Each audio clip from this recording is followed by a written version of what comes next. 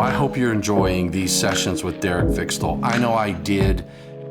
We had a phenomenal day. So if you've gotten to this session, this is on job safety planning and job briefing. Job safety planning, this is 110.3, safety program. 1 is on job safety planning, 2 is on job briefings, and 3 is change in scope. Go check out Wes Wheeler's session where he talked about the dynamic risk assessment and when we have changes in our scope and changes in the program when work is being conducted. Very important session I had with Wes. I know you'll enjoy it as well. I hope you're enjoying Safety Week or Shock Week and Safety Month. Thanks. Here with Derek Vigstol.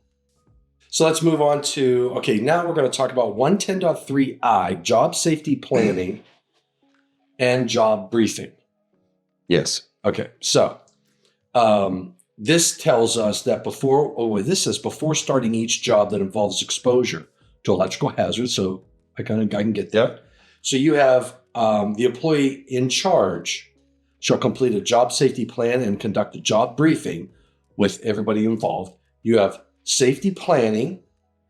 There's 3 things. It's funny. So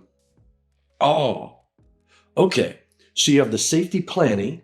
You have the job briefing, which we already said earlier that you've got to do the pre-planning, all that good stuff. And then there's the change in scope. Additional job safety planning and job briefings shall be held if changes occur during the course of work that might affect the safety of employees, which goes back to Wes Wheeler and I's discussion. Dynamic risk assessment. So yes. A lot of the job planning piece is simply really documenting the risk assessment portion, but there's a little bit more to it because you've got what is it you're doing? Yep. What's the scope of the work? What equipment you're doing it to? If it's going to be energized, you need to list the reason it's energized. Then you're going to go into how dangerous is the work. What are the results of the risk assessment? So estimating the likelihood of occurrence and the potential severity. Yep. And then most importantly, what's your plan to not end up dead from this stuff, right? What's my plan? Right? What's your plan to mitigate the hazards, to reduce the risk? And that's really, that's what's going to be the emphasis for the job briefing. It's tying the risk, because the risk assessment by itself is just a bunch of information, but what are we going to do with it? Right. And this ties it all together so we can put it into a useful plan.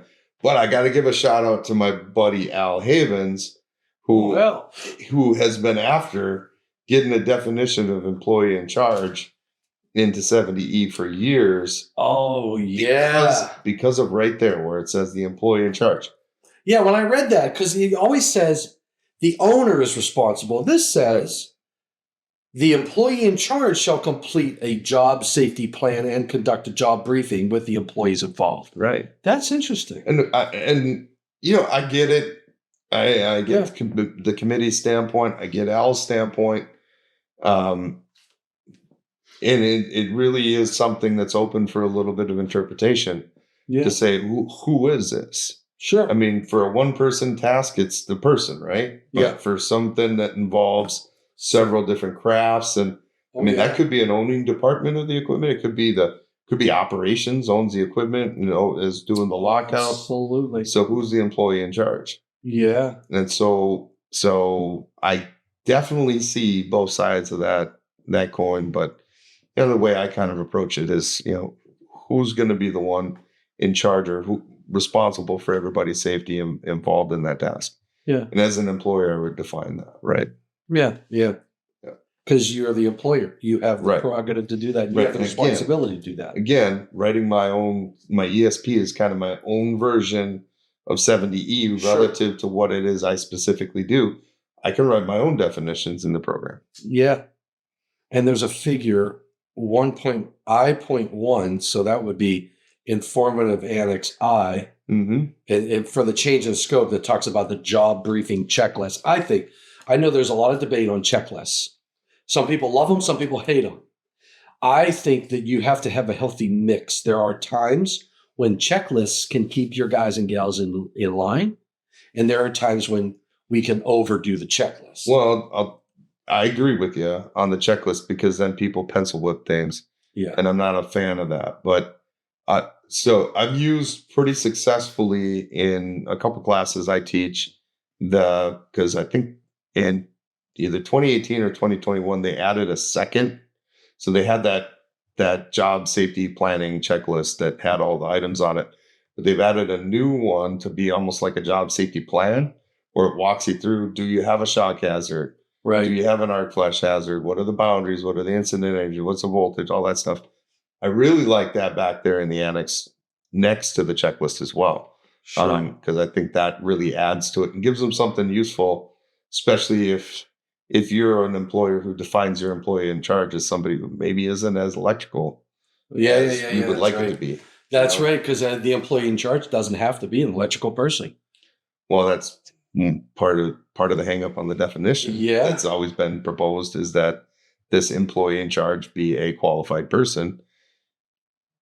Because it might not be. It might be a manager who's qualified, So that whole conversation, of course, I wish we could solve all the world's problems. It'll happen right here in this basement studio. But, by the way, I think public inputs for 70E for the 2027 edition are open till June 4th, I believe. Gosh. And don't forget, they close at 5 p.m., not midnight. I heard a friend of mine say something like that today. Yes, I screwed up. What are you going to do? That was on 70, which, hey, it is what it is. And we had to have our ballots in by today. So I'm sure those ballots were due by 5 o'clock, not by midnight. And I'm done. I got mine in last week. So actually, we're in recirc now. Yeah, recirculation. If you wanted to change your vote, you had to put that in. All right, so job safety planning and job briefing, very important. Keeps us all in line, keep us focused on what matters to keep us out of harm's way. Know what we're going to do, how we're going to do it, how dangerous is it, and what are we going to do to minimize risk. Absolutely right. Oh, and just one thing to add to that. What's that? And this is something I point out all the time, too, because we get a lot of questions about when do we need a permit and what's the purpose. Oh, yeah, because it does say if a permit is required. The energized electrical work permit. If you look at the details on that permit, what is it? Scope of work. Yeah. Why we're doing it energized. How dangerous is it? What are the results of my risk assessment? What am I going to do about them? Yeah. Signatures. Right. An energized electrical work permit is simply a job safety plan with management signatures on the bottom saying, I authorize the work to take place anyways. And remember, that permit is a tool to get you out of doing energized work. That's right. Yeah. Now, that's right, because things change when you say, I need you to sign here to say I'm okay to do that. You're absolutely right. You realize how dangerous this is. You authorize it to take place anyways, and you accept responsibility for what may happen. Now, here's the other thing: change in scope. Yeah. It says additional job safety planning and job briefings shall be held if changes occur during the course of the work that might affect the safety of employees. It doesn't say anything about updating the electrical work permit if it was required to have one. So where this really comes in, I mean, obviously, if we're working under an energized electrical work permit to begin with, and the scope changes, you have to go back to the drawing board. I mean, to the beginning of it, and you have to reassess what your risk is. You have to reassess: do you have justification for doing it? How do you get to that? How do you get to that point? So I'll give you a great example. I got my meter out. I'm troubleshooting, and I find the thing that's broken. And it just needs to be changed now. Well, I had justification for doing troubleshooting energized. Justification for replacement. But I may not have justification for replacement. And understanding there's a difference between diagnostic work and repair work. Okay. So there's my change in scope is I went from diagnostic to a repair task. Okay. And do I have the same justification? Right. And the repair would not be included under the scope of work. Correct. So now you would be outside the scope of work if you did that. So you'd have to, like you said, go back to square one and say, okay, I need to do my risk assessments And then am I justified doing it energized, or can I shut it off? And if you can shut it off, you establish electrically safe work condition, and you follow all of those procedures. Right. You don't need a hot work permit for that. Then you don't need a permit. Right. Ah, gotcha. Yep. I like it. Well, perfect. So job briefing and planning is very important, and then sticking to the plan. Right. All right. Anything else in job safety planning and briefing? Oh, God bless you.